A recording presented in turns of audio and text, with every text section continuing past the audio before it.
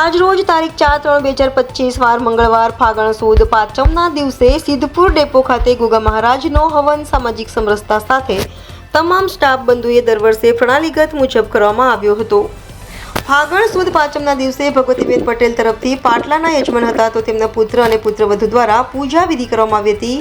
સમસ્ત સિદ્ધપુર ડેપોના કર્મચારીઓના સાથ સહકારથી ભોજન પ્રસાદી મંડપ તમામ વ્યવસ્થા કરવામાં આવી હતી.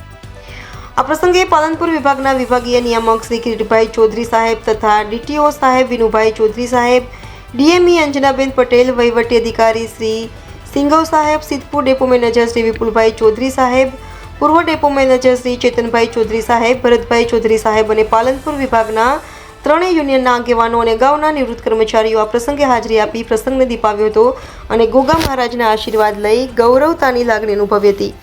રિપોર્ટર વિજય ત્રિવેદી, NN ન્યૂઝ, થરાદ.